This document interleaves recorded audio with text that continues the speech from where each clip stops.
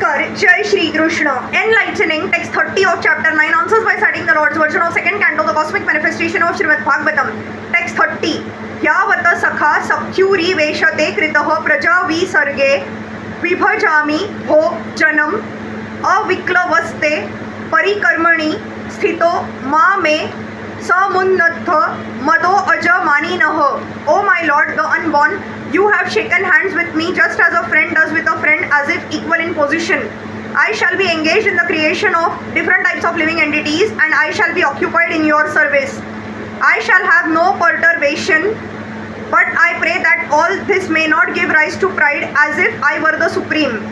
Lord Brahma is definitely situated in the humor of friendship with the Lord. Every living being is eternally related with the personality of Godhead in one of 5 different transcendental humors, namely Shanta, Dasya, Sakhya, Vatsalya and Madhurya. We have already discussed these 5 kinds of humors in relation with the personality of Godhead. It is clearly exhibited herein that Lord Brahma is related to the personality of Godhead in the transcendental humor of friendship. A pure devotee may be related with the Lord in any one of the transcendental humors, even in the humor of parenthood, but the devotee of the Lord is always a transcendental servitor.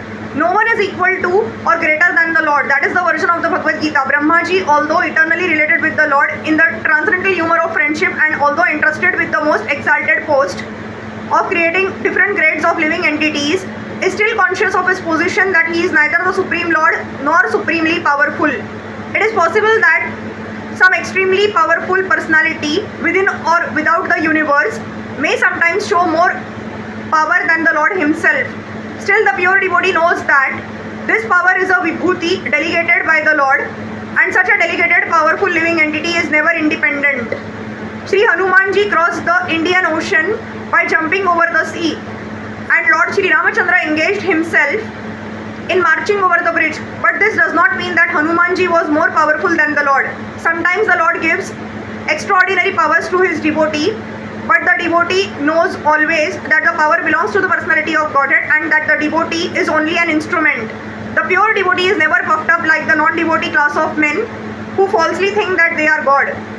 It is astonishing to see how a person who is being kicked by the laws of the Lord's illusory energy at every step can falsely think of becoming one with the Lord. Such thinking is the last snare of the illusory energy offered to the conditioned soul. The first illusion is that to become Lord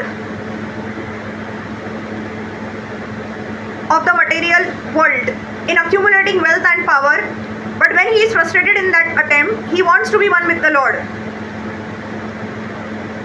So both becoming the most powerful man in the material world and desiring to becoming one with the Lord are different illusory snares. And because the pure devotees of the Lord are surrendered souls, they are above the illusory snares of Maya.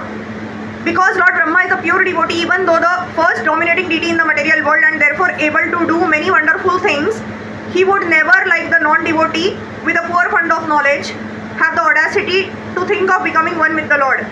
People with a poor fund of knowledge should take lessons from Brahma when they are puffed up with the false notion of becoming God. Factually, Lord Brahma does not create the living entities. In the beginning of the creation, he is empowered to give different bodily shapes to the living entities according to their work. During the last millennium, Brahmaji's duty is just to wake the living entities from their slumber and to engage them in their proper duty. The different grades of living entities are not created by Brahmaji by his capricious whims, but he is entrusted with the task of giving the living entities different grades of body so that they can work accordingly. And still he is conscious that he is only instrumental, so that he may not think of himself as the supreme powerful Lord. Devotees of the Lord are engaged in the specific duty offered by the Lord, and such duties are successfully carried out without hindrance because they are ordained by the Lord. The credit of success goes not to the doer but to the Lord. But persons with a poor fund of knowledge take the credit of success into their own accounts and give nothing to the credit of the Lord. That is the symptom of the non-devotee class of men. Hare Krishna.